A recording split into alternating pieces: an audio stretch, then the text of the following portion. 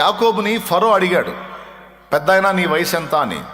యాకోబు అన్నాడు, నా వయసు నేను సంచరించినటువంటి దినములు ఇన్ని అని చెప్పి, అవన్నీ వ్యర్థమైనవిగాను దుఃఖ సహితంగాను ఉన్నాయి అన్నాడు. అంటే తన జీవితంలో చాలా కాలం ఖర్చు అయిపోయింది. వెనక్కి తిరిగి చూసుకుంటే తను సాధించిందేంటి, పొందిందేంటి అని ప్రశ్నేసుకుంటే అతనికి ఏం కనపడ్డదంటే అది వ్యర్థంగాను దుఃఖకరంగాను కనిపించింది తన జీవితకాలం. చివరి ఘట్టంలో కదా యోసేపు దగ్గరికి చేరింది. ఆ తర్వాత కొంతకాలం మాత్రం జీవించి పితరుల దగ్గరికి చేర్చబడ్డాడు యాకోబు. కానీ ఫరో ముందు యాకోబు ఇచ్చిన సాక్ష్యం మీరు చూడగలరా బైబిల్లోంచి ఒకసారి? ఆదికాండం 47వ అధ్యాయం 8 చదువు. ఫరో, నీవు జీవించిన సంవత్సరములు ఎన్ని అని యాకోబును అడిగినందుకు యాకోబు, నేను యాత్ర చేసిన సంవత్సరములు 130. అంటే ఏంది? యాత్ర అని ఎందుకు అన్నాడు తెలుసా? ఎక్కడా స్థిరంగా లేడు పాపం, తిరుగుతానే ఉన్నాడు తన జీవితం అంతా, ఆ ఊరు. అందుకని దానికి ఏం పేరు పెట్టాడంటే, నేను యాత్ర చేసిన సంవత్సరములు ఎన్నని చెప్పాడు? 130. నేను జీవించిన సంవత్సరములు కొంచెముగాను దుఃఖ సహితమైనవిగాను ఉన్నవి. అవి నా పితరుల యాత్ర చేసిన దినములలో వారు జీవించిన సంవత్సరములన్నీ కాలేదని ఫరోతో చెప్పి ఫరోను దీవించి ఫరో ఎదుటి నుండి వెళ్ళిపోయాను. కొద్దిగా ఉన్నాయి, అవి దుఃఖ సహితంగా ఉన్నాయి. నాకు సంతోషాన్ని కలిగించినవేం కాదు, నన్ను సృష్టించిన వాడిని సంతోషపెట్టినవి కూడా కాదు. బాధాకరమైన సంవత్సరాలు. 2 రోజులు సంతోషంగా ఉందంటే 4 రోజులు ఏడుపు, 4 రోజులు సంతోషంగా ఉందంటే 40 రోజులు ఏడుపు, 10 రోజులు బాగుందంటే 100 రోజులు ఏడుపు. ఏం చెబుతాంలే బాబు, అవన్నీ వ్యర్థమైన రోజులు. మరి దుఃఖం కలిగించిన రోజులు అర్థవంతమైన రోజులా? ఆనందకరమైన రోజులా? వ్యర్థమైన. నియమం తప్పిన కాలం, నియమం తప్పిన దినములు వ్యర్థమైన దినములు, సాక్ష్యం పోగొట్టుకున్న సంవత్సరాలు వ్యర్థమైపోయిన సంవత్సరాలు. అర్థమైందా? అలాగే దుఃఖాన్ని అనుభవించినటువంటి సంవత్సరాలు వ్యర్థమైపోయిన సంవత్సరాలు. నూతన సంవత్సరం వచ్చింది, హ్యాపీ న్యూ ఇయర్ అని అందరం గోలగోల. ఇప్పుడు కూడా కొంతమంది ఇంకా మళ్ళీ ఈ క్రొత్త సంవత్సరంలో కలుసుకుంటే ఇప్పుడు కూడా హ్యాపీ న్యూ ఇయర్. ఈ నెలంతా నడుస్తుంది అది. నా పాయింట్ ఏంటంటే, ఇప్పటికే చాలా సంవత్సరాల కాలం గడిచి వచ్చింది. ఇప్పుడు గడిచిన సంవత్సరాలని నువ్వు వెనక్కి తిరిగి చూసుకుంటే ఆ సంవత్సరాల కాలం నీకు అర్థవంతమైన కాలంగా ఉందా, వ్యర్థమైపోయిన కాలంగా ఉందా అన్నది మనం ప్రశ్నించుకోవాల్సినటువంటి అంశం. చూడాలి కొంచెం వెనక్కి తిరిగి. కొంతమంది వయసు 70 వచ్చింది, కొంతమంది వయసు 80 వచ్చింది, కొంతమంది వయసు 50 వచ్చింది, కొంతమందికి 60 వచ్చింది, కొంతమందికి 40 వచ్చింది, కొంతమందికి 30 వచ్చింది, కొంతమందికి 20 వచ్చింది. 20 దగ్గర నుంచి లెక్కేసుకుందాం. 13 టీనేజ్ స్టార్ట్ అయింది, 7 సంవత్సరాలు అయిపోయింది, 20 వచ్చినాయి. ఈ 17 సంవత్సరాల కాలం వెనక్కి తిరిగి చూసుకుంటే అది నీకు అర్థవంతంగా ఉందా? అంటే అంతకుముందు చిన్నపిల్లలు లెక్కేసుకుందాం, టీనేజ్, యవనప్రాయం, యుక్త వయసు.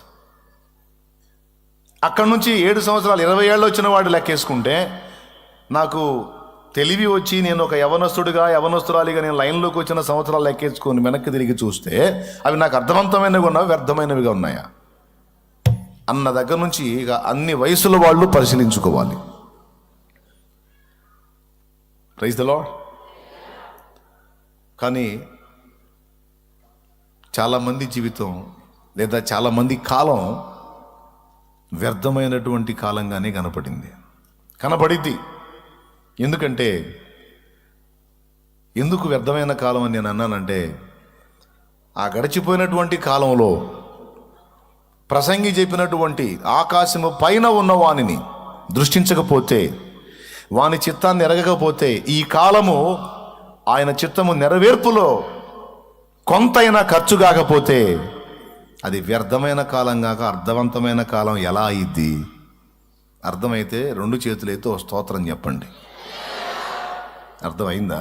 అందరూ చేతులెత్తి చెప్తున్నారు స్తోత్రం. రైట్, తప్పకుండా అర్థమైంది. ఏ వయసోడైనా 30 వచ్చినా, 25 వచ్చినా, 20 వచ్చినా, 60 వచ్చినా, 70 వచ్చినా, ఇన్ని సంవత్సరాల కాలంలో దేవుణ్ణి ఎరిగి, ఆ సృష్టికర్త చిత్తాన్ని ఎరిగి, ఆయన కొరకు కొంతైనా ఖర్చు కాకపోతే గడిచిన కాలంలో, ఆ కాలం ఎలా అర్థవంతమైన కాలం? దేవుని కోసం, ఆయన ఇచ్చినటువంటి ప్రజల కోసం అది ఖర్చు కాకపోతే అది 100 ఏళ్ల జీవితమైన సున్నా, గుండు సున్నా, గుడ్డి సున్నా. ఇది తెలియాలి జనం మొత్తానికి. తన జీవిత కాలంలో ఇలా అన్నిటినీ చూసుకొని, అన్నిటినీ ఇందులో ఏముంది అని పరిశీలించడానికి ఆయన బతుకైపోయింది.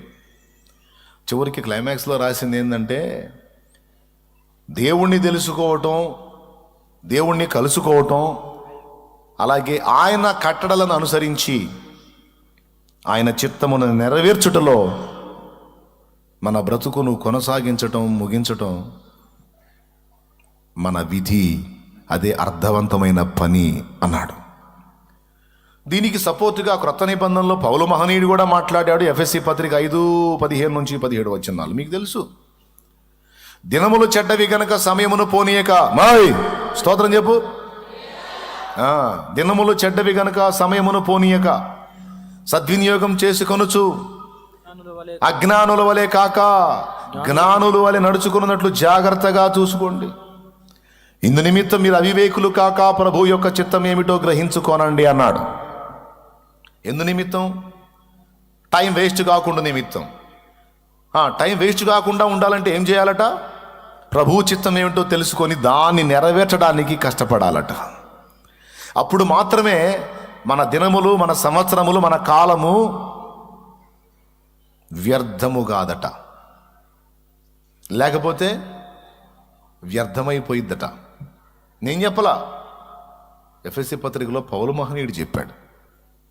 మరి సృష్టికర్తను గుర్తించని కాలం, సృష్టికర్తను కలుసుకోని కాలం, తెలుసుకోని కాలం, ఆయన కోసం ఏమీ చెయ్యని కాలం ఎన్ని సంవత్సరాలు పోతే మాత్రం ఎందుకంటే తగలబెట్టనా?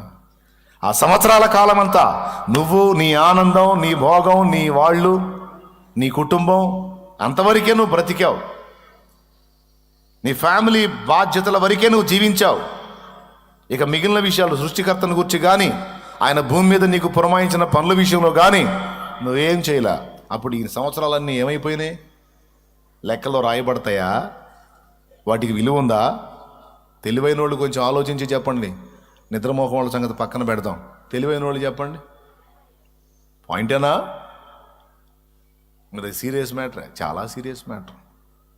అందుకే నంబర్ 1లో రాసుకోండి, వ్యర్థమైపోయిన కాలం. ఏ కాలం? దేవుణ్ణి ఎరగని, దేవుని చిత్తము చెయ్యని కాలం అని రాసుకో. ప్రశ్న, వ్యర్థమైపోయిన కాలం ఏది? క్వశ్చన్ మార్క్ వేసుకొని కింద ఆన్సర్ రాసుకో. దేవుని ఎరగని, దేవుని చిత్తము చెయ్యని కాలం, దేవుని కట్టడలను గైకొనని కాలం, అది వ్యర్థమైపోయిన కాలం. కింద ఆన్సర్.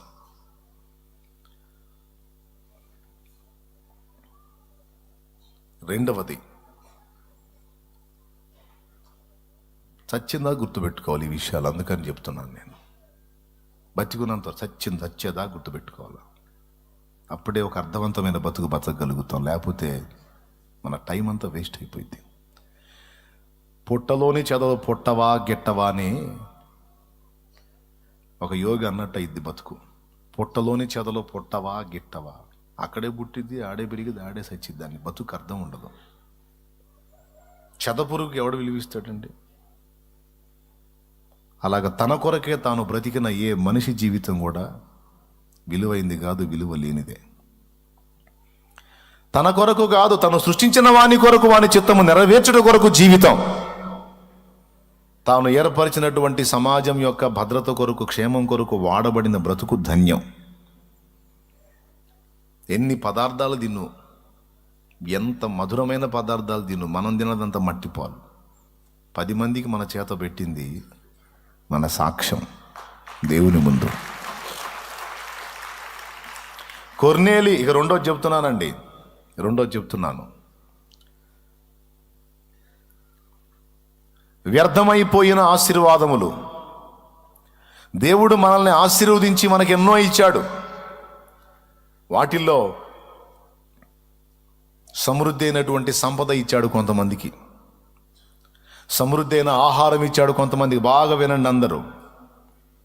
ఆశీర్వదించి, నువ్వు ప్రయాసపడితే ప్రయాసను దీవించి, నీ ధాన్యాన్ని దీవించాడు, నీ ఆహారాన్ని దీవించాడు, నీ సంపదను దీవించాడు. కొంతమందికి ఎకరాలు పొలాలు, టౌన్లలో, గ్రామాలలో విస్తారమైనటువంటి భూములు, పెద్ద పెద్ద కంపెనీలు, ఫ్యాక్టరీలు. దేవుని కృప. పాపం కష్టపడ్డారు వాళ్ళు, వాళ్ళ పెద్దోళ్ళు కష్టపడ్డారు, వాళ్ళకి ఆస్తులు సమకూడాయి. సంపద, సమృద్ధి అయిన సంపద, సమృద్ధి అయినటువంటి ఆహారం. కానీ ఏం ప్రయోజనం?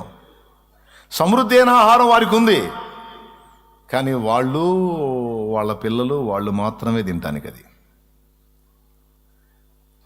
వాళ్ళ దగ్గర అన్నీ ఉన్నాయండి, సర్వసంపదలు ఉన్నాయి, సమృద్ధి అయిన ఆహారం ఉంది, కానీ అది లెక్కలో రాయబడదు.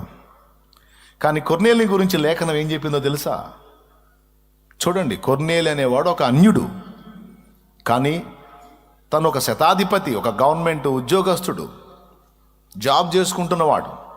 ఆ జాబ్ చేసుకుంటూ తన కష్టపడిన దానిలో నుండి తనకు వచ్చేటువంటి సమృద్ధిలో తన కడుపు, తన వారి కడుపే గాక సమాజములో బాధిత పీడిత ప్రజలకు కూడా తను హెల్ప్ చేశాడని దేవుడు మాట్లాడాడు.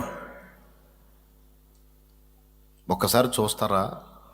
అపోస్తుల కార్యం 10వ అధ్యాయం 1వ వచనం చదువు. ఇటలీ పటాలమనబడిన పటాలములో శతాధిపతి అయిన కొర్నేలి అని భక్తిపరుడు ఒకడు కైసరులో ఉండెను. అతడు తన ఇంటి వారందరితో కూడా దేవుని యందు భయభక్తులు గలవాడై ఉండి ప్రజలకు బహుధర్మము చెయ్యొచ్చు, ఎల్లప్పుడూ దేవునికి ప్రార్థన చెయ్యువాడు. 3 చేస్తున్నాడండి. దేవుని యందు భయభక్తులు నిలిపాడు, తన ఫ్యామిలీ మొత్తాన్ని కూడా బెండ్ చేశాడు దేవునికి వెళ్ళి. రెండవది, తన ఫ్యామిలీ, తను, నేను నా ఇల్లు, నేను నా ఇల్లు, నేను నా ఒళ్ళు, నేను నా ఇల్లు అని ఆగిపోలా. సమాజమే నా ఇల్లు అనుకున్నాడు. తన ఓన్ ఫ్యామిలీతో పాటు సమాజంలో ఉన్న ప్రజలకు కూడా బహుధర్మము చేయొచ్చు అన్నాడు. అంటే ఎదుటి వాళ్ళ విషయంలో కూడా కేర్ఫుల్గా ఉన్నాడు. 2, ఎల్లప్పుడూ దేవునికి ప్రార్థన చేయొచ్చు ఉండేవాడట. ఈ 3 సంగతుల్ని దూత ఎత్తాడు. చూడండి, పగలు ఇంచుమించు 3 గంటల వేళ కొర్నేలి ప్రార్థన చేస్తున్నాడు. ఒకరోజు దేవుని దూత అతని యొద్దకు వచ్చి అంటున్నాడు, కొర్నేలి అని పిలుచుట దర్శనమందు తేటగా అతనికి కనబడిను. తర్వాత అంటున్నాడు, అతడు దూత వైపు తేరి చూచి భయపడి, ప్రభువా ఏమని అడిగాను. అందుకు దూత, నీ ప్రార్థనలను, నీ ధర్మకార్యములను దేవుని సన్నిధికి జ్ఞాపకార్థముగా చేరినవి అన్నాడు. ప్రార్థనలు ధర్మకార్యములే కాదు, మనం చేసేటువంటి స్వార్థపు పనులు, పనికి మాలిన కార్యాలు కూడా చేరతాయి. అర్థమైందా? మనం చేసే నీచమైన పనులు, దరిద్రగొట్టు పనులు, పనికి మాలిన పనులు అన్నీ అవి కూడా చేరతాయి దేవుని దగ్గరికి. మనం ఏం ఉత్పత్తి చేసి దేవుని దగ్గరికి సరఫరా చేస్తున్నామో ఎవరికి వాళ్ళం, నాకు నేను, మీకు మీరు, ఈ లైవ్లో ఉండేవాళ్ళు, తర్వాత వినేవాళ్ళు మొత్తం ఆలోచన చేయాలి. ఎందుకంటే భూమి మీద కొర్నేలి అనేవాడు చేసినటువంటి పనులు నీట్గా దేవుని దగ్గరికి వెళ్ళిపోయినాయట. నీ ప్రార్థనలను, సాటి మనిషికి నీవు చేసేటువంటి ధర్మ కార్యములను, బహుధర్మములను దేవుని దగ్గరికి చేరినాయి అన్నాడు. ఇప్పుడు చెప్పండి, కొర్నేలికి సమృద్ధైన ఆహారం ఉంది, కాస్తో కూస్తో సంపద ఉంది, దాన్ని ప్రజలకు వెచ్చించాడు. కొర్నేలి బుద్ధి మంచిది. ఏదైనా సరే తను అనుభవించాలంటే తను, తన ఫ్యామిలీ అనుకోడు, మిగిలిన వాళ్ళు కూడా అందాలి అనుకుంటాడండి. సమాజంలో ఆ బుద్ధి ఎంతమందికి ఉంటుంది? అలా ఎవరికైతే ఉందో వాడి బ్రతుకు ధన్యం, ఆ బ్రతుకు అర్థవంతంగా ఖర్చు అయినట్టు. ఒకవేళ ఆ తత్వం మనలో లేకపోతే మన సంపద వ్యర్థమే, మన సమృద్ధి అయిన ఆహారము వ్యర్థమే.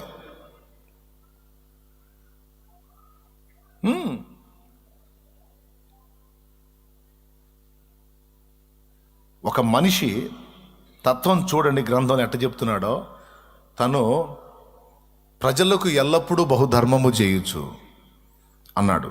అంటే తన ఫ్యామిలీనే కాదు, తన ప్రజలను కూడా పట్టించుకునే మనిషి. తర్వాత దూత వచ్చి యొప్పేకు మనుషులను పంపి అక్కడ చర్మకారుడైన సీమోను అనువాని ఇంట. ఒకసారి పక్కన వాళ్ళ మొఖాలు చూడండి, వాళ్ళకి 2 చేతులు ఎత్తి వందనాలు చెప్పండి. ఇంకో మాట కూడా, నీకు దండం పెడతా అని చెప్పండి. చూడండి, వాళ్ళకి వెళ్ళి చూసి ఒకరికి వాళ్ళు చెప్పండి, మీకు దండం పెడతాను, దయచేసి వాక్యం వినని చెప్పండి. చెప్పండి చెప్పండి దయచేసి. పక్కన చూడండి, వాళ్ళు మొక్కలు మీకు దండం పెడతాను. ఎవరు చూడండి, చెప్పారా? ఆ చేతులు కలపండి ఒకసారి. ఇంకా కరోనా రాలేదు ఇక్కడికి. సరిగ్గా కలపండి, చేతులు కలపండి. ఈ ఇద్దరు సిగ్గుపడుతున్నారు, ఎదురోళ్ళు ఇద్దరు నా ఎదురు కూర్చున్నారు, సిగ్గుపడుతున్నారు, చేతులు కలపట్లేదు అసలు. కలపండి. కలిపారా? ఇప్పుడేనండి. యొప్పేకు మనుషులను పంపి చర్మకారుడైన సీమోను అనువానింట సీమోను పేతురు దిగున్నాడు, అతనిని ఇక్కడికి రప్పించు. ఏ మాటల చేత నీవు రక్షణ పొందగలవో ఆ మాట అతడు నీకు తెలియజేస్తాడు అని కబురు పెట్టినప్పుడు, దూత చెప్పినప్పుడు, పేతురు కోసం మనుషుల్ని పంపించి, పేతురు వచ్చేటప్పటికి తన ఫ్యామిలీ మాత్రమే కూర్చున్నారా, లేకపోతే తన సంబంధులు ఇరుగు పొరుగులు మొత్తం తీసుకొచ్చి కూర్చోబెట్టాడా? దీనాత్ములైన అన్యులు భక్త కొర్నేలి గృహమందు సమకూడగా, దీనాత్ములైన అన్యులు భక్త కొర్నేలి గృహమందు సమకూడగా, పేతురు వాక్యము ప్రకటించగా, పేతురు వాక్యము ప్రకటించగా, దిగి వచ్చే ప్రభు ఆత్మ అభిషేకమే, దిగి వచ్చే ప్రభు ఆత్మ అభిషేకమే. చాలు, మిగిలిన తర్వాత పాడుకుందాం అవకాశం ఉంటే. ఈ సంగతి దూత చెప్పిన తర్వాత ఇక తనకి ఎంతమంది పరిచయస్తులు ఉన్నారో, ఎంతమంది తన మాటకు విలువిస్తారో మొత్తానికి చెప్పాడు. రండి, మొత్తం రండి. ఎలాంటి హృదయమో చూడండి. ఏదైనా నేను నా ఫ్యామిలీ వరకు అనిపిద్దాం అనుకునే మైండ్ కాదు. అందుకే అలాంటి సుగుణం అనేది అన్యుడైనా సరే ఈ కొర్నేలిలో ఉంది గనుకనే దేవుడు పనిగట్టుకొని దూతను పంపించి ఈ 2 విషయాలు చెప్పాడు. ఏంటో తెలుసా? నీ ప్రార్థనలు వినపడ్డాయి, మరియు ఎదుటి వాళ్ళ కోసం నువ్వు పడే ఆరాటం ఉంది చూసావు, దేవుడికి నచ్చిందయా. నీకున్న దానిలో ఇతరులకు ఇవ్వడానికి మొదలుపెట్టావు చూడు, చాలా సంతోషపడుతున్నాడు ఆయన. అందుకే నన్ను పంపించాడు. మరి చాలామందికి లేదు ఈ అవకాశం, నీకు దొరికింది, పంపించు. ఫలానా దగ్గరికి మనిషిని పంపించు, అక్కడ సీమోను ఉన్నాడు, ఆయన తెప్పించు, ఆయన దైవ సేవకుడు, ఇలా జరిగిద్దని చెప్పి వెళ్ళాడు. ప్రియులారా, ఎంత సమృద్ధి ఆహారం ఉంటే ఏమి లాభం అండి? ప్రజలకు, దేవుని ప్రజలకు కానీ, లోకంలో ఉన్నటువంటి ప్రజలకు కానీ, దీనులైన ప్రజలకు అంత పిడికిలి విప్పలేని సమృద్ధి తగలబెట్టనా? ఎందుకు? పిడికిలి విప్పి అంత పెట్టలేని సంపద, లేకపోతే ఆ సమృద్ధి అయిన ఆహారం ఎందుకు? రోజుకు 4 సార్లు తిని 3 సార్లు వెళ్ళరాటానికా? ఎందుకు? బాగా జీర్ణం బాగుంది సార్, నాకు అరుగుదల బాగుంది, రోజుకు 3 సార్లు ఎందుకు? అది వ్యర్థమైన సమృద్ధే. ఆ ఇంటి నిండా సమృద్ధి ఉంది, కానీ అది అర్థవంతంగా లేదు, వ్యర్థమైపోయింది. కానీ కొర్నేలు అలా గాల, జ్ఞాపకార్థంగా చేరింది అన్నాడు.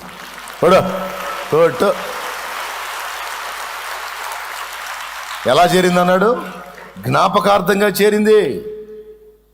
రాయబడింది, దేవుని సముఖంలో ఉంది.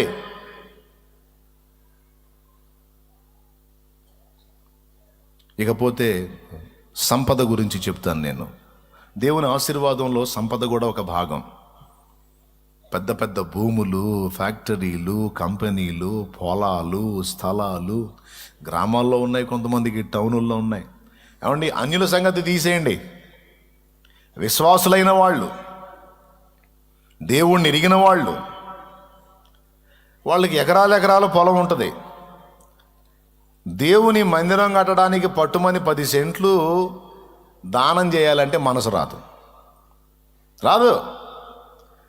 దేవుని మందిర నిర్మాణానికి చాలా ఎకరాలు ఉన్నోడు ఒక అరెకరం ఇయటానికి మనసు రాదు. కనీసం ఒక 20 సెంట్లు ఇయటానికి మనసు రాదు.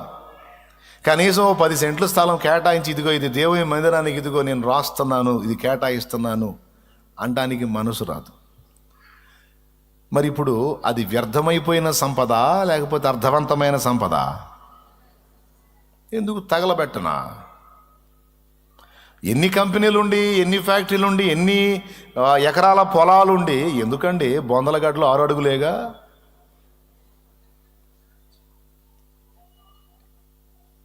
వాస్తవం. చెప్పుకోవటానికి, ఎచ్చులు పట్టడానికి, తామే అనుభవించడానికి అది కాదు బతుకు. నేను పరిశీలించాను కొంతమంది సంపన్నులు. ఎవరు అది? బుడ్డపిల్ల పిల్లలు గొంతు బలి ఆడరితే అడిగి వినపడుతుందండి.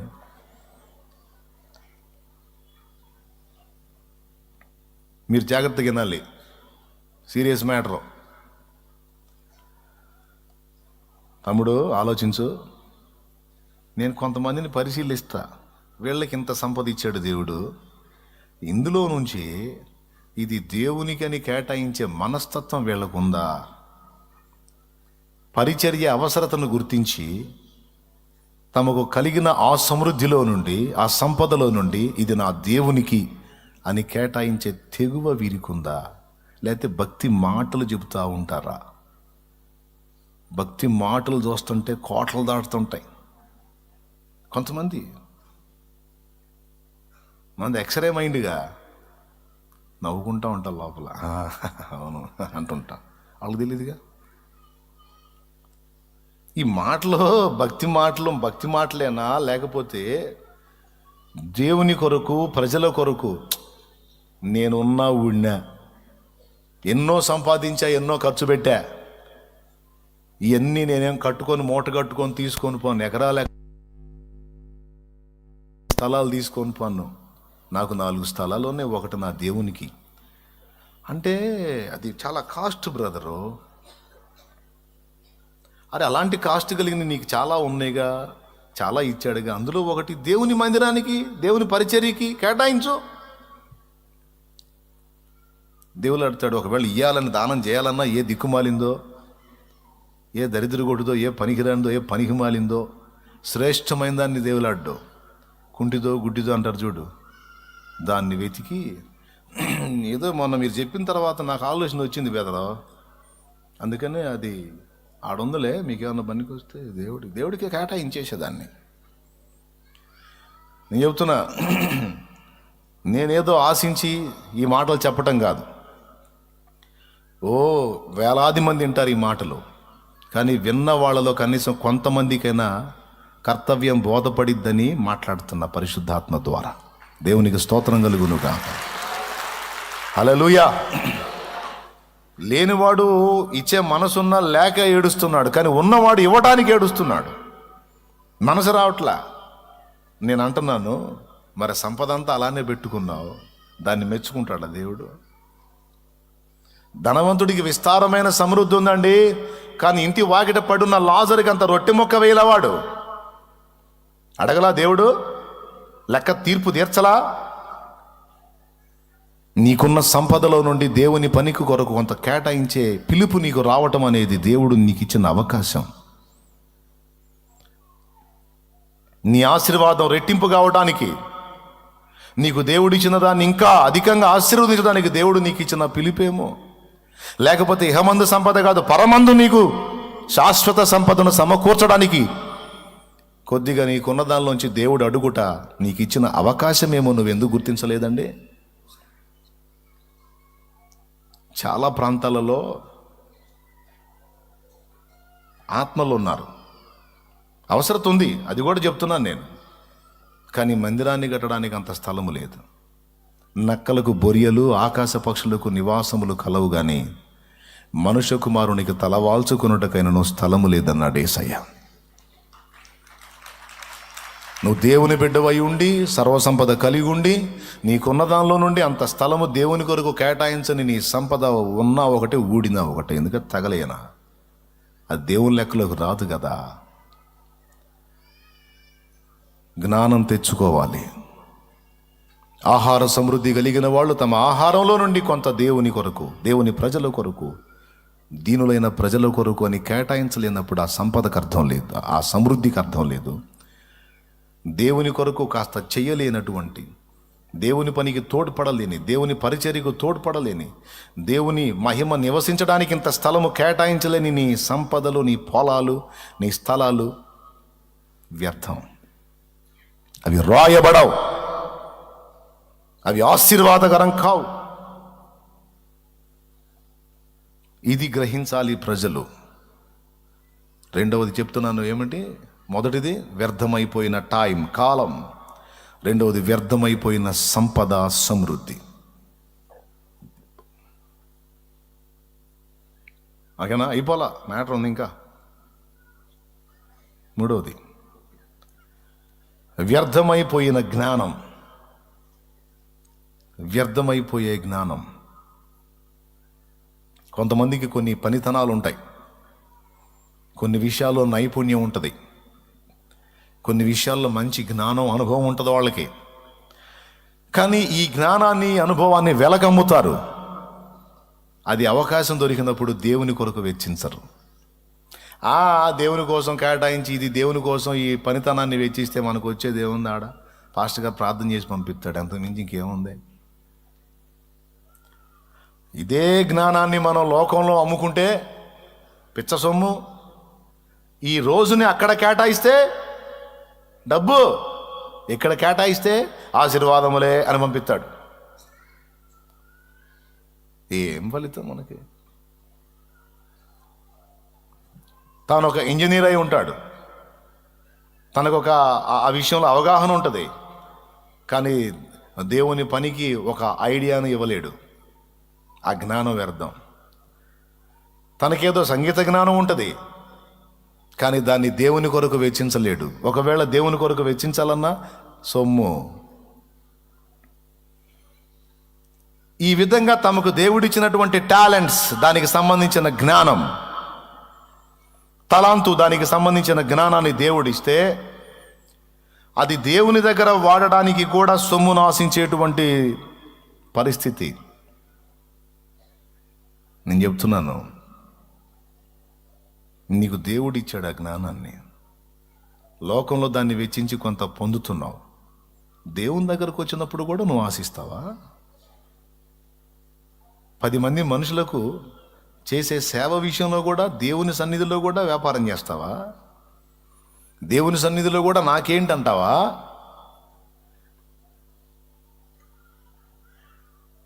నీకు లేక కొదువై ఉండి, కొరతై ఉండి నువ్వు పొందితే అర్థం ఉంది. కానీ అదే వెచ్చించి నువ్వు బయట చాలా పొందుతున్నావు. కానీ దేవుని దగ్గర చేసినప్పుడు కూడా నువ్వు దానికి కక్కుర్తి పడటం. ఇంకా నీ సేవ ఎక్కడా? నీ పరిచర్య ఎక్కడా? జ్ఞాపకార్థంగా దేవుని ముందు నీ ప్రయాస ఏది వెళ్ళింది అక్కడికి?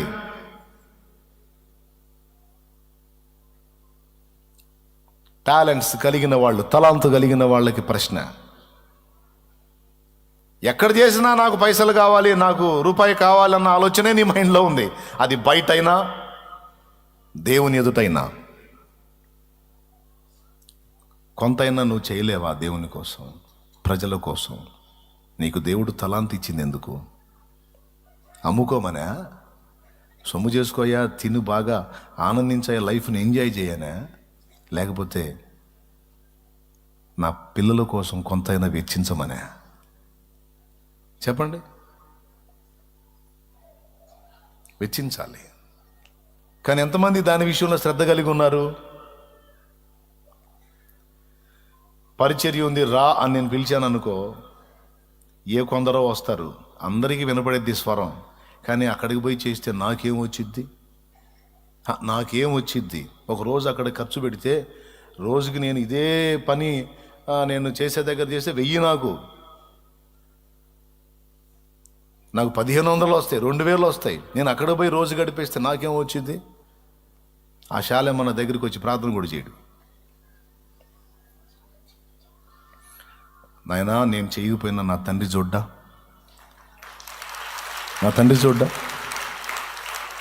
నా బిడ్డకి ఆ విషయంలో పనితనపు జ్ఞానం ఇచ్చాను. అది నా కుమారుడు నా కోసం వాడుతున్నాడు, ప్రజల కోసం వాడుతున్నాడు. నా బిడ్డ 6 దినాల్లో ఒకరోజు నా కోసం కేటాయించాడని మురిసిపోడు. ఒక్కరోజు ఏడిస్తే నువ్వు ఏడుపు, ఒక్కరోజు నువ్వు కేటాయించి కష్టపడితే మురిసిపోడంటమ్మా ఆయన, మురిసిపోడు.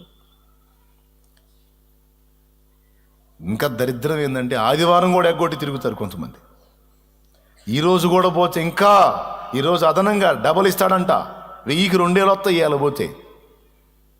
దేవుడు అడిగి పోతాడు, చర్చి అడిగి పోయిద్ది, పాస్టర్ అడిగి పోతాడు, ఇవాళ 2000 వస్తాయి.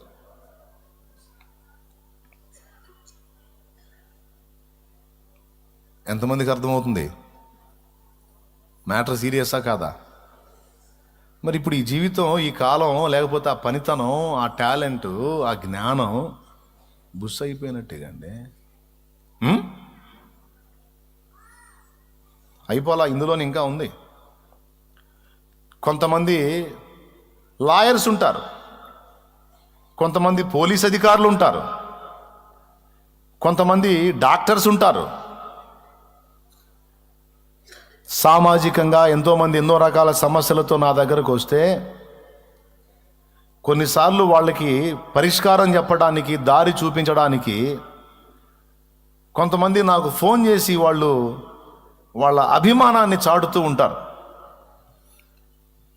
శాలేమన్నా మీ వాక్యాలు వింటూ ఉంటాను, బాయ్ జాగ్రత్త విను, మీ వాక్యాలు వింటూ ఉంటాను, నేను ఇలా లాయర్నండి, లేకపోతే నేను డాక్టర్నండి, నేను అలా అండి, నేను ఇలా అండి, నేను ఈ జాబులో ఉన్నానండి, లేకపోతే నేను డిఎస్పీనండి, లేకపోతే నేను ఎస్పీనండి, లేకపోతే నేను అదండి, నేను ఇదండి అని చాలామంది కలిశారు. చాలామంది తమ అభిమానాన్ని చాటారు. వారికి నా వందనాలు, వారి ప్రేమను బట్టి దేవుని కృతజ్ఞతలు. నాకు కావాల్సింది ఏంటంటే చెప్తున్నాను వినండి. నువ్వు డాక్టర్వి. చాలామంది రకరకాల సమస్యలతో నా దగ్గరికి వస్తారు. అదే వాళ్ళు ఎరగని ప్రదేశానికి వెళితే 5,000 రూపాయలు అయ్యేది 50,000 తీసుకుంటున్నారు. 5,000 రూపాయలతో పోయే సమస్య 50,000 తీసుకుంటున్నారు. వీనికి ఇంటి మీద చెత్త లేదు. ఫ్రీగా కాన్పోయేది ఆపరేషన్, బలవంతపు ఆపరేషన్ చేయించి మళ్ళీ ఒక 50,000 బిల్లు వేస్తున్నారు. ఇలాగ ఎంతోమంది అమాయకులు ఆర్థికంగా చితికిపోతున్నారు. కొంతమంది నిజాయితీగా వైద్యులు వైద్యం చేస్తే 3 భాగాలు ఫ్రాడ్ జరుగుతుంది. నేను ఆశించా ఏమని, వైద్యులైన వాళ్ళు కొద్దిగా మీ సమాచారం నాకు ఇవ్వండి, మీ నంబర్లు నాకు ఇవ్వండి. మీరు ఓపీ రాసి అందులో ఫీజు తీసుకొని సలహాలు ఇస్తారు, మెడిసిన్ రాస్తారు. కొద్దిగా దేవుని కొరకు, దేవుని ప్రజల దగ్గర, దేవుని దగ్గరకు వచ్చే దీనుల కొరకు ఫ్రీగా కేటాయించండి అయ్యా. కొద్దిగా ఓపీ, ఫ్రీ ఓపీ కేటాయించండి అయ్యా. ఎప్పుడన్నా ఫోన్ చేస్తాం, ఎవరన్నా దీనుల్ని పంపిస్తాం, కాస్త చెప్పండి అయ్యా, కాస్త చూడండి అయ్యా. నువ్వు డాక్టర్వి ప్లస్ క్రిస్టియన్వి, క్రైస్తవుడివి, నీ నంబర్ ఇయ్యా బ్రదర్. నీ ప్రసంగాలు వింటాను brother. Thank you brother, thank you very much brother. నాకు ఫోన్ నంబర్ కావాలి బ్రదర్ నీది. నీకు దమ్ముందా బ్రదర్ దేవుని సేవ చేయాలన్న ఆకాంక్ష నీకుందా? కెమెరా వైపు చూసి చెప్తున్నాను నేను, ఎందుకంటే ఎక్కడెక్కడో ఉండి వింటారు, అందుకని చెప్తున్నాను నేను. మనస్సాక్షి ఉంటే, హృదయంలో దేవుని పట్ల కృతజ్ఞత ఉంటే, దేవుని కోసం కొంతైనా చేయాలనే భావం ఉంటే, నా మాట ఛాలెంజ్గా తీసుకుని నంబరి దమ్ముంటే నాకు, ఇక్కడ కూర్చున్న వాళ్ళైనా, ఎక్కడో కూర్చొని వినేవాళ్ళైనా, ఎక్కడెక్కడో ఉన్నోళ్ళైనా సరే, నీకు దమ్ముంటే, నిజంగా నీ హృదయంలో దేవుని పట్ల ప్రేమ, కృతజ్ఞత, బుద్ధి నీకుంటే, దేవుడు నీకు వైద్య సేవ విషయంలో జ్ఞానం ఇచ్చాడు. ఎంతోమంది బలైపోతున్నారు, అమాయకులు అప్పుల పాలైపోతున్నారు, ఇళ్ళు, పొలాలు, స్థలాలు అమ్ముకొని జీవితాల్ని పాడు చేసుకొని సమస్తం కోల్పోతున్నారు. ఒక రోగి ఆసుపత్రి బయటకు వచ్చేటప్పటికి, నువ్వు దేవుని బిడ్డవి, చెయ్యాలి నీ వంతు నువ్వు. లేకపోతే దేవుడు నీకు ఇచ్చిన వైద్య జ్ఞానం నువ్వు సొమ్ము చేసుకోవటానికి, బిల్డింగ్ మీద బిల్డింగ్ కట్టడానికి, అతిపెద్ద ఆసుపత్రి కట్టడానికి, చివరికి అంతా వదిలిపెట్టి పోవటానికి తప్ప దేనికి పనికిరాదు. అది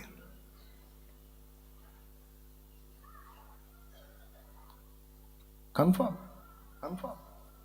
కొంతైనా నువ్వు దేవుని కొరకు, దేవుని ప్రజల కొరకు ఆ జ్ఞానాన్ని ఉపయోగించినప్పుడు, నీ వైద్య వృత్తికి, నీ పనితనపు జ్ఞానాన్ని దేవుడు ఇచ్చినందుకు దానికి సార్థకత లభించింది. సోదరా, సోదరి, స్త్రీవైనా పురుషుడివైనా, ఆఖరికి హాస్పిటల్లో నర్సింగ్ తెలిసిన వ్యక్తి, నర్సుగా ఉండే వ్యక్తి,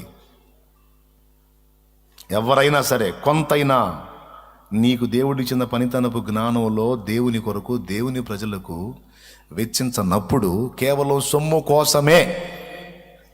సొమ్ము కోసమే దాన్ని వాడినప్పుడు, అది వ్యర్థమైపోయిన జ్ఞానం, వ్యర్థమైపోయిన తల. అది అర్థవంతమైందిగా మారాలంటే ఖచ్చితంగా అందులో దేవుని చిత్తం యొక్క నెరవేర్పు కొరకు, దీనుల కొరకు కొంతైనా ఉచితంగా కేటాయించబడాలి. అది అర్థవంతమైంది. అరే, దేవుడిని ఎరగని అన్యజనుల్లో కొంతమంది ఉన్నారండి, వాళ్ళకి దేవుడు తెలియదు.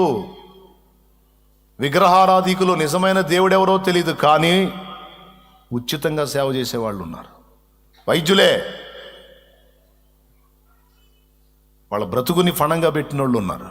అన్యులు, మళ్ళా దేవుడు తెలియదు మనస్సాక్షిని బట్టి, కానీ దేవుణ్ణి ఎరిగి క్రైస్తవుణ్ణని చెప్పుకుంటూ ప్రార్థనలకు వెళతా, దేవునితో గడుపుతున్నట్టుగా కనపడతా, ఆధ్యాత్మికంగా భక్తిగా ఉన్నట్టుగా కనపడతా, 10 మంది రోగులైన వాళ్ళకి సరైనటువంటి సలహా ఇవ్వలేనటువంటి నీ వైద్య జ్ఞానం ఉంటే అంత, ఊడితే అంత.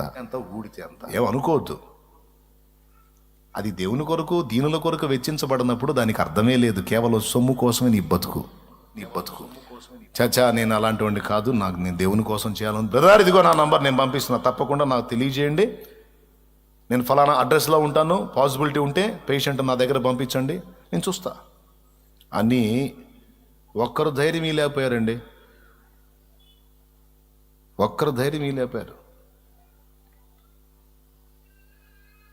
ఇంకెందుకు అభిమానం తగలేనా? లేదు బ్రదర్, నేను మీకు ఇచ్చాను, మీరు మర్చిపోయి ఉంటారంటే, సరే నేను మర్చిపోయి ఉంటే మళ్ళొక్కసారి ఇదిగో ఈ ఉపదేశం ద్వారా నేను టచ్ చేస్తాను నిన్ను. అవకాశం ఉంటే పేషెంట్ని పంపుతా, లేకపోతే ఒక సలహా అడుగుతా, లేకపోతే నా బిడ్డలు అడుగుతారు, ఒక ఆలోచన చెప్పండి. ఇదిగో రిపోర్ట్ పంపిస్తున్నారు సార్, ఒకసారి చూడండి అంటే, రిపోర్ట్ చూడండి, ఇది పెద్ద సమస్య కాదు, ఇది చిన్నదే, ఇలా చేస్తే పోతుంది అని చెప్పండి. 1000 రూపాయలు, లక్షల రూపాయలతో సేవ్ అవుతాయి అతనికి. లేకపోతే అమాయకంగా పోయి పాపం మొత్తం కోల్పోతాడు. ఎంతమందికి అర్థమైంది? చదువుతున్న ఆడపిల్లలారా, మగపిల్లలారా, నేను MBBS సీట్ కోసం ట్రై చేస్తున్నాను, లేకపోతే ఇలా ఫలానా ఎగ్జామ్ రాస్తున్నాను, ఫలానా దానికి సిద్ధపడుతున్నాను, వందనాలు. నేను చెప్పే విషయం దృష్టిలో పెట్టుకొని స్టడీ చేయండి. సేవ అందులో ప్రథమ భాగమై ఉండాలని మర్చిపోవద్దు. నువ్వు కష్టపడి చదివావు, డబ్బులు వెచ్చించి చదివావు, పొందుకో.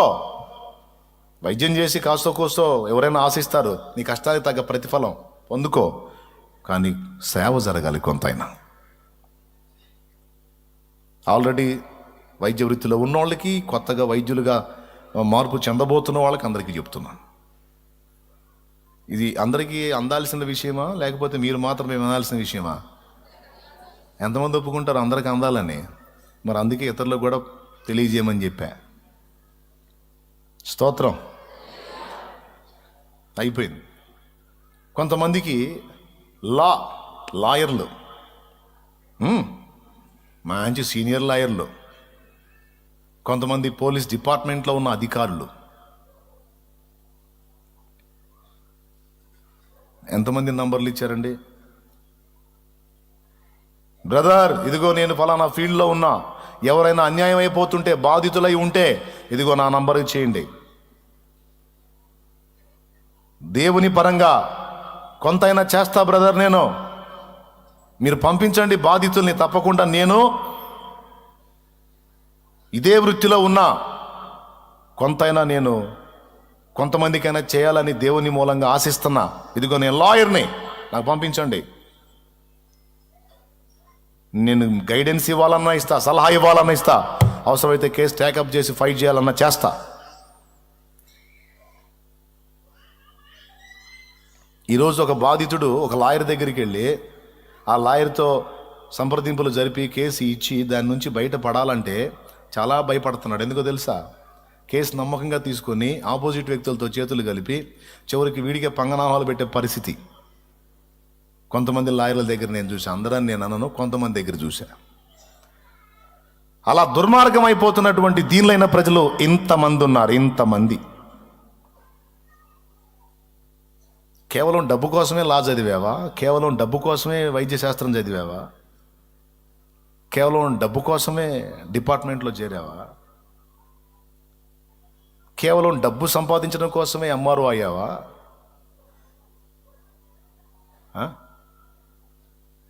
కేవలం డబ్బు సంపాదన కోసమే జడ్జి అయ్యావా?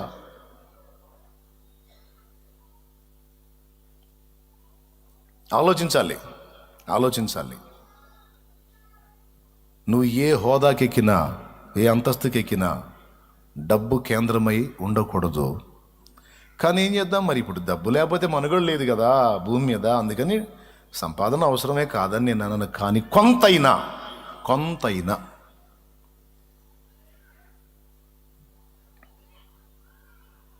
శ్రీకాకుళం జిల్లా సంత నరసీపురంలో ఓ చర్చి ఉంది.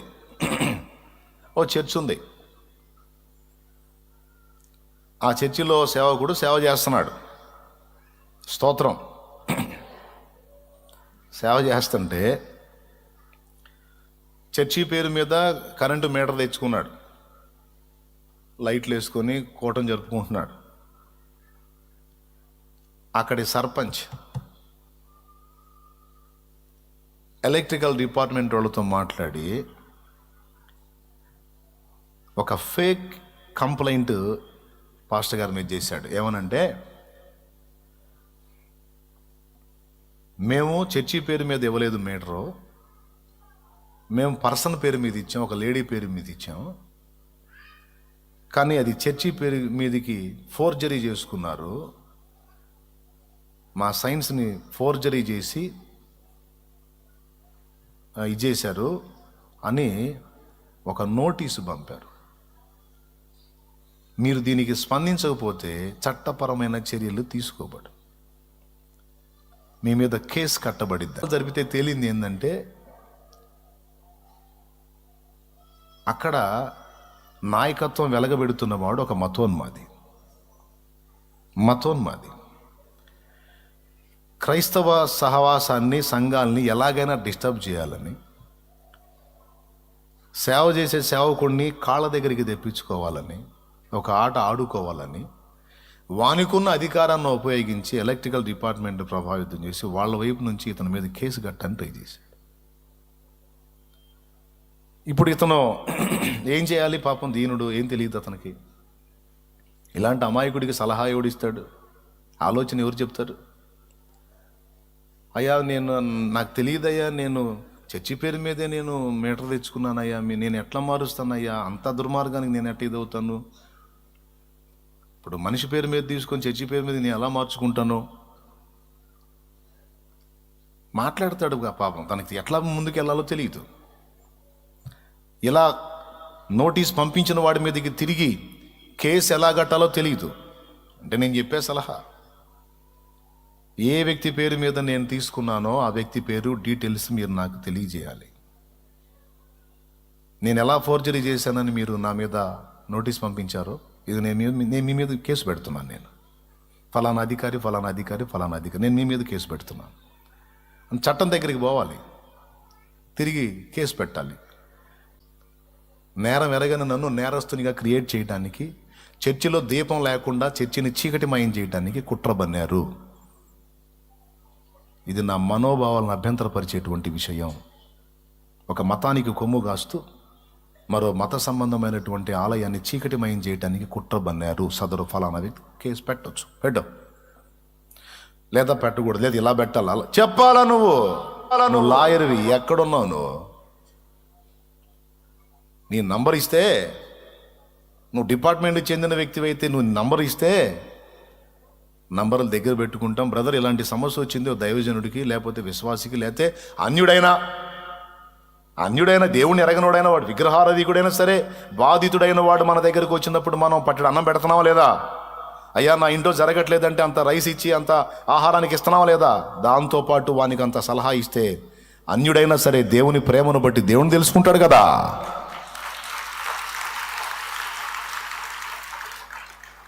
ఈ విధంగా దేవుని పని కొరకు, దీనులైన వ్యక్తుల సేవ కొరకు నీకు దేవుడిచ్చినటువంటి జ్ఞానం, నువ్వు ఏ డిపార్ట్మెంట్కి చెందిన వ్యక్తివైనా బాధిత పీడిత ప్రజలకు మేలు చేయడానికి ఇదిగో నా వంతు నేను సిద్ధంగా ఉన్నాను.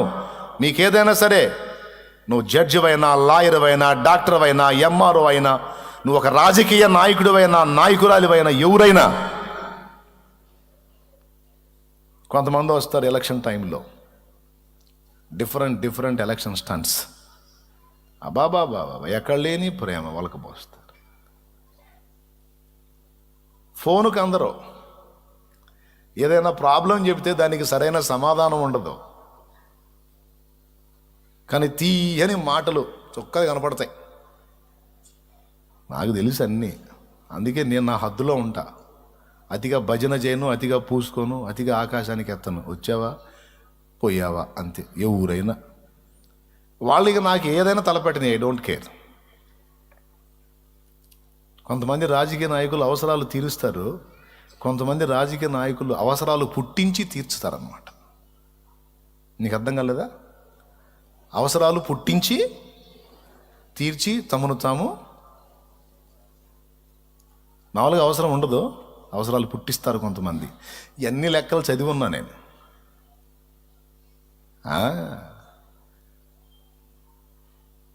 మంది అంతా చిన్నదే జీవితంగానే చాలా ఎక్స్రే చేసి కూర్చున్నాను నేను. ప్రియులారా, నువ్వు రాజకీయ నాయకుడివైనా, నాయకురాలివైనా, డాక్టర్ అయినా, నువ్వు ఏ ఫీల్డ్లో ఉన్నా నీ నంబర్ నాకు కావాలి. అది ఉందా?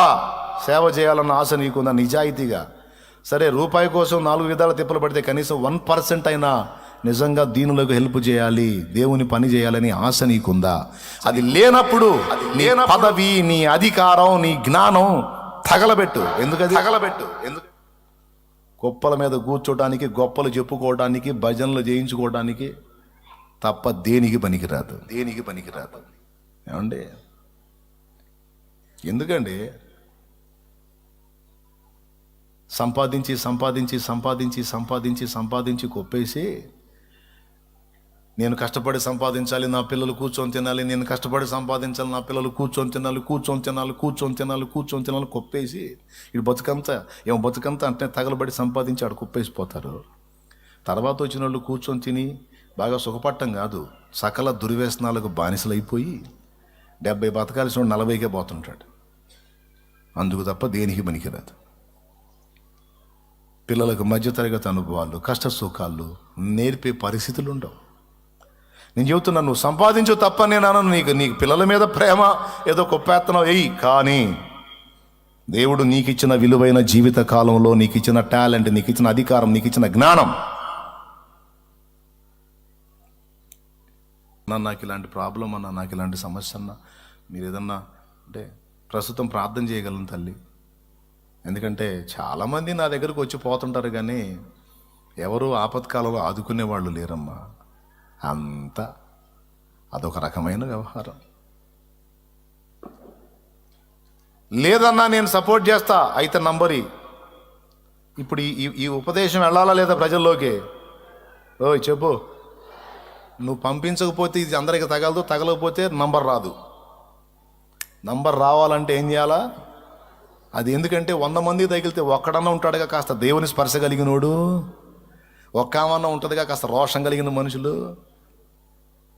వాళ్ళు స్పందించి కనీసం లాయరు 4 లాయర్లు నంబర్లు ఉంటాయి, పోలీస్ డిపార్ట్మెంట్ 4 నంబర్ ఉంటాయి, మండల రెవెన్యూ డిపార్ట్మెంట్ 4 నంబర్లు. చాలామంది ఉన్నారు నాకు కావాలి. ఆధ్యాత్మికంగానే కాదు, సామాజికంగా కూడా సేవ చేయటానికి నాకు సహకరించే వాళ్ళు కావాలి. ఎందుకంటే నా కళ్ళ ముందు చాలామంది అన్యాయం అయిపోతున్న బాధ నేను కలిగి ఉన్నాను. వాళ్ళకి నేనేం చేయలేను, ఎందుకంటే నాకు అధికారం లేదు. కానీ అధికారం ఉన్నోళ్ళు ఎవడూ పట్టించుకోవట్లేదు, సరైన గైడెన్స్ ఇవ్వట్లేదు. నా కళ్ళ ముందు దీనులు, బాధితులు అన్యాయం అయిపోతుంటే గుండె కొట్టుకుంటుంది. అందుకే కడుపులో మండి చెప్తున్నా, ప్రియులారా,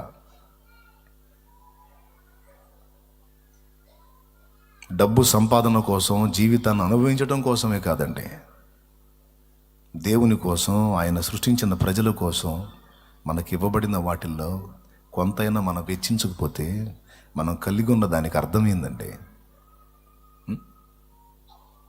ఎన్ని రకాలు చెప్పాను? 3 రకాలు. మొదటిది కాలం, రెండవది సంపద, సమృద్ధి, మూడవది జ్ఞానం, టాలెంట్, అధికారం, పనితనం.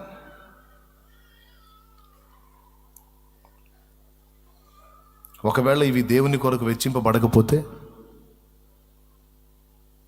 పరలోకం పోయి, నేను డాక్టర్ని సార్, పరలోకం పోయి డాక్టర్ని అండి నేను. ఎంతమందికి వైద్యం చేశావు? చాలామందికి చేశాను. నేను నా సర్వీస్లో దాదాపు లక్షల్లోనే పేషెంట్లు, వేలల్లో చూశాను సార్ పేషెంట్స్ని. చూసావు? ఎంత తీసుకున్నావు? ఫ్రీగా ఎవరికన్నా చేసావు అంటే తక్కువ మంది చేశాను, ఎక్కువ శాతం తీసుకున్నాను సార్. మరి ఉచితంగా ఎంతమంది చేసావు? ఏ కొద్ది మందో. ఎక్కువ శాతం వేల మందికి చూసినా మొత్తం దగ్గర ఫీజు బాధుడు. తప్పదు మరి, నువ్వు బతకాలని హాస్పిటల్ రన్ అవ్వాలి, తీసుకో. కానీ నా పిల్లల కొరకు, దీనులైన వారి కొరకు, దిక్కులేని వారి కొరకు, అభాగ్యుల కొరకు ఎంత చేశామంటే దేవుడు నిలదీస్తే సిగ్గుతో తల దించుకునే దిక్కుమాలిన పరిస్థితి రాకూడదు. చాలా పెద్ద పొలం ఉంది, పొలాలు ఉన్నాయి చాలా, అక్కడక్కడ కొంత భూమిని దేవుని మందిరం కొరకు, దేవుని పరిచర్య కొరకు కేటాయించినప్పుడు రేపు ఏం చెబుతావు అక్కడ? అందుకే చెప్పాడు జ్ఞానైన సొలొమోను ఏంటంటే, ఓ మనుషుడా, నీవు పరిగెత్తుతున్న పరుగు, నువ్వు పడుతున్న ప్రయాస, ఇదిగో దేవుని యందలి భయభక్తులు కలిగి దేవుని కట్టడలను అనుసరించి అది అర్థవంతంగా నడవకపోతే అంతా వ్యర్థమేరా, ఏం మిగలదని తేల్చేశాడు. అయిపోయిందండి, సింపుల్. మీకు ఇవ్వబడిన ఆయుష్కాలం, మీకు ఇవ్వబడిన టాలెంట్, మీకు ఇవ్వబడిన అక్షర జ్ఞానం, మీకు ఇవ్వబడిన అధికారం దీనుల కొరకు, దేవుని పిల్లల కొరకు, దేవుని మహిమ కొరకు వెచ్చింపబడనప్పుడు దానికి అర్థమేంటి? దాని విలువేంటి? ఈరోజు ఒక చిన్న ఆలోచన చేసి ప్రార్థన చేద్దామా? చాలామంది దగ్గర చాలా విధాలైనటువంటి వస్తు సంపద ఉంటుంది. లారీలు ఉంటాయి కొంతమందికి, దేవుని పని కోసం వాడరు. రకరకాల వాహనాలు ఉంటాయి, దేవుని పని కోసం వాడరు. అంతా టైం అంతా లోకం సంపాదన. రకరకాల వస్తువులు ఉంటాయి, దేవుని పనికి కేటాయించరు. కేటాయిస్తే మనకి ఏమొచ్చింది? అదే బయట కేటాయిస్తే పైసలు వస్తాయి, దేవుని కేటాయిస్తే ఏమొచ్చింది? ఒక్కసారి ఆలోచించుకోండి, వివేచించుకోండి. నీకు దేవుడిచ్చినటువంటిది ఏదైనా అది దేవుని కొరకు ఎలా నువ్వు వెచ్చించాలి? దేవుడు ఆయన నామం నిమిత్తం దీనులైన వారి కోసం నువ్వు హెల్ప్ చేస్తే, నీకున్న దానిలో తోడ్పడితే, నీకున్న దాన్ని దేవుని పనికి వెచ్చిస్తే దేవుడు అన్యాయస్తుడా? 1కి 4 ఇవ్వడా? 4కి 10 ఇవ్వడా? ఇస్తాడు. దాన్ని పూర్తిగా నువ్వు అనుభవించేటట్టు కూడా చేస్తాడు ఆయన. నువ్వే కాదు, నీ సంతతి కూడా ఆశీర్వదించబడేటట్టు చేస్తాడు ఆయన.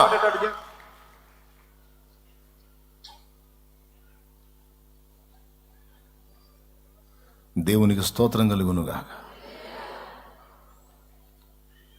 సంపన్నుల దగ్గర కనపడదు కానీ కొంతమంది బీదల దగ్గర కనపడుద్ది. ఆయనకు బండిన పొలమే కొంచెం అయితే ఆయనకి అప్పులు ఉంటే ఆ అప్పుల సంగతి పక్కన పెట్టి ఆ కొంచెం పంటలోంచి తీసుకొచ్చి ఒక 2 బస్తాలు తెచ్చి ఆడేసిపోతాడు. ఆ మిరగాయలో ఆ ఒడ్లో వేసిపోతాడు.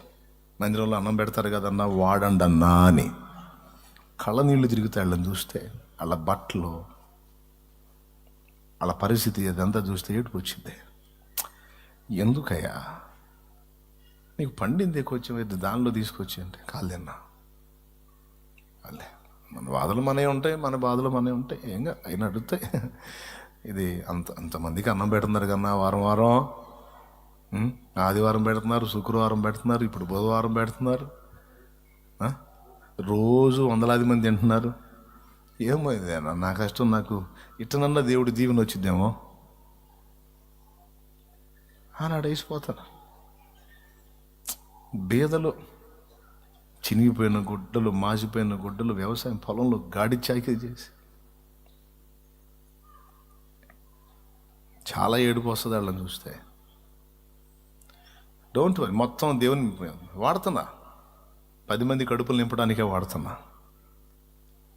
నా కడుపు నింపుకోవడానికి అన్నీ ఇచ్చేలా. అది దేవుడికి తెలుసు, మీకు తెలుసు. ఏ రూపాయినా నా చేతికి వచ్చినా ఇటు ఈ మందిర బాధ్యత, లేకపోతే ప్రార్థనా పరుల కొరకు, అలాగే బయట మందిరాలు కట్టడానికి కూడా ఎక్కడెక్కడి నుంచో ఎంతోమంది ఎన్నో రకాలుగా నాకు అందించిన తోడ్పాటు, ఆర్థికంగా నాకు ఇచ్చిన సపోర్ట్, రేపు దేవుని ముందు లెక్క చెప్పడానికి అర్థవంతంగా ప్రతి రూపాయిని న్యాయంగా దేవుని పనికే ఖర్చు పెట్టడానికి ప్రార్థన చేస్తున్నా, అలానే పెడుతున్నా. పోయిన సంవత్సరంలో దేవుని మహాకృపను బట్టి 13 మందిరాలు ప్రతిష్ఠింపబడ్డాయి. అంతకుముందు మరికొన్ని ప్రతిష్ఠింపబడ్డాయి. ఇంకా మరో 12 మందిరాలు రెడీగా ఉన్నాయి. టైం తీసుకొని మొత్తం ప్రతిష్ఠ చేస్తా సాగిపోవాలి ఈ సంవత్సరం. అన్యజనుల మధ్యలో దేవుని మందిర నిర్మాణాలకి ఇప్పుడు కేటాయిస్తూ ఉన్నాను. ప్రతి రూపాయి నా చేతికి వచ్చింది. ఒక అన్యుల మధ్యలో ఒక ప్రాంతం తీసుకోవడం, ఒక ప్రదేశం తీసుకోవటం, అక్కడ ఒక మందిర నిర్మాణం చేయటం, ఒక దైవజనుడిని కేటాయించి అక్కడ ఒక పరిచర్య ప్రారంభిస్తే అట్లా చిన్నగా చేస్తూ ఉన్నాను. నిండు మనస్సాక్షితో చెప్తున్నాను. దీనిలో లేనటువంటి దైవజనులకు సపోర్ట్ చేసి, వాళ్ళని ప్రోత్సహించి, వాళ్ళ కుటుంబాలు దొల్లేటట్టుగా సపోర్ట్ చేసి, నశించిపోతున్నారయ్యా, సువార్త తెలియక నశించిపోతున్నారు, నిజమైన దేవుడిని తెలుసుకోక నశించిపోతున్నారు, లంపట్లో చిక్కుబడిపోయి ఉన్నారు. ఆ ప్రజల్ని రక్షించండి, ఆ ప్రజలకు నా ప్రభు వార్తను చాటించండి అని వాళ్ళకి సపోర్ట్ చేస్తూ, ప్రోత్సహిస్తూ, ఇప్పటికి దేవుని మహాకృపను బట్టి ఇంచుమించు 150 నుండి 160 ప్రాంతాలకి దేవుని పని విస్తరించేటట్టుగా నా చేతికి దేవుడిచ్చిందాన్ని ఎవరికి ఎన్ని రకాలుగా తోడుతున్నా. ఇది మీరు సంఘం కాబట్టి, మీరు నన్ను ప్రేమించి వెంబడిస్తున్న బిడ్డలు కాబట్టి అది మీకు తెలియజేస్తా ఉన్నా. ఎచ్చుల కోసం చెప్పలా, నా ప్రయాణం ఎలా ఉందో చెప్తున్నాను. కాబట్టి నా ప్రియమైన దేవుని బిడ్డలారా, నువ్వు ఎవరివి, ఏ ఫీల్డ్లో ఎలా ఉన్నావు? నువ్వు విఆర్ఓనా? అట్లయితే నువ్వేం చేయగలవు? దీనిలో అయిన వారికి నువ్వేం చేయగలవు? నువ్వు మండల సర్వేరా? అట్లయితే నువ్వేం చేయగలవు? నువ్వు మళ్ళా క్రిస్టియన్వి. నువ్వు అన్నా శాలేమన్నా, ఇదిగో నా నంబర్ అన్నా, ఈ ప్రాంతంలో నేను ఉన్నానన్నా, నువ్వు ఎక్కడమ్మంటే అక్కడికి వచ్చి నేను చూస్తానన్నా. నేను ఒక్కడనే కాదన్నా, నాతో పాటు మరి కొంతమంది ఉన్నారన్నా, వాళ్ళ హెల్ప్ కూడా అవసరమైతే మీకు కేటాయించడం జరుగుతుందన్న. ఇదిగో తీసుకో, నంబర్ దగ్గర పెట్టుకోండి, నాకు తెలియజేయండి అన్న. అన్యాయం అయిపోతున్న వాళ్ళకి నేను హెల్ప్ చేస్తానన్నా, నేను నిలబడతానన్నా. కావాలి, నిలబడాలి. అన్యాయం అయిపోతున్న భాగ్యులకు న్యాయం చేయాలి. ప్రియులారా, మళ్ళీ మళ్ళీ మళ్ళీ మళ్ళీ ఎందుకు చెప్తున్నాను తెలుసా? గాయపడి చెప్తున్నా.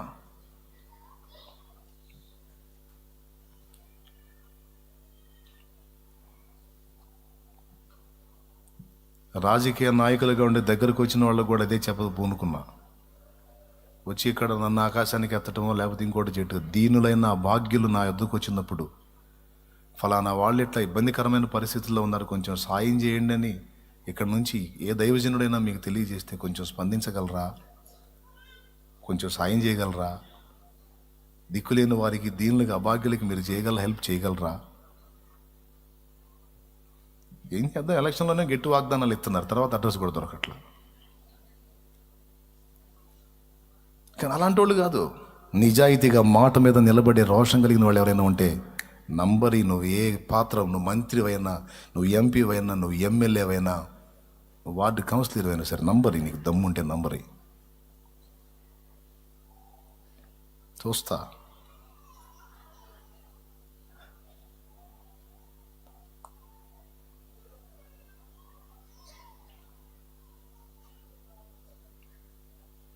నువ్వు ఏ ఫీల్డ్కి చెందిన వ్యక్తివైనా అయిపోయింది. నీ వంతు నువ్వు చేయాలి దేవుని కోసం, దీనిలో భాగ్యుల కోసం. ఎంత చెబుతున్నావు, నువ్వేం చేసావంటారేమో. నా బ్రతుకు దానికే కేటాయించా నేను. దేవుడు నీకు సంపదిస్తే అది నీకోసమే కాదు, 10 మంది కలిసి ఆరాధించడానికి, 10 మంది కూర్చొని దేవుని మయంపరచుకోవటానికి, దేవుని కొరకు. నక్కలకు బొరియలు, ఆకాశ పక్షులకు నివాసాలు కలవు, మనుషు కుమారునికి తలవాల్చుకోవడానికి స్థలము లేదు అన్నమాట నీ చెవి నేను పడకూడదు. నేనున్నాను ప్రభా, ఇదిగో నాకున్నది ప్రభా. నీకున్న ప్రతికూలతలని దేవుడు తీసేస్తాడు, కానీ నీ గుండెల్లో ఈ ఆలోచన స్థిరపరచుకో. నేను నా కొరకు మాత్రమే గాక, నేను నీ కొరకు, నీ ప్రజల కొరకు బ్రతుకుతాను. దేవుడు నీకు సంతానాన్ని ఇచ్చాడు. అందరినీ సంపాదన కోసం పెంచవాకు, దేవుని కోసం పెంచు. దేవుడు పిల్లల్ని ఇచ్చాడు, సంపాదన కోసం, వాళ్ళ భోగాల కోసం వాళ్ళని ప్రిపేర్ చేయవాకు. అవసరమైతే దేవుని కోసం చచ్చిపోవటానికైనా సరే సిద్ధంగా ఉండాలి నాయన అని దేవుని కోసం సిద్ధపరచు. సమాజ శ్రేయస్సు కోసం, సమాజ రక్షణ కోసం కనీసం నీకు ఇచ్చినటువంటి 2 పిల్లలు, ఒకరిని కేటాయించు, ఒక ఆవిని కేటాయించు. ప్రభు కోసం పెంచు, ఇస్తాడు దేవుడు నీకు. ప్రార్థించు. ఆరోగ్యం ఇస్తాడు, నీకెందుకు ఇవ్వడు? బలహీనత తీసేస్తాడు, ఆరోగ్యం ఇస్తాడు. నువ్వు రోగివా, స్వస్థపరుస్తాడు. కానీ నీ శక్తి, నీ బలం కనీసం ఇక నుంచి అయినా దేవుని కోసం కేటాయించు, కొంతైనా కేటాయించు. లేకపోతే నీ బతుకు అర్థం లేదు.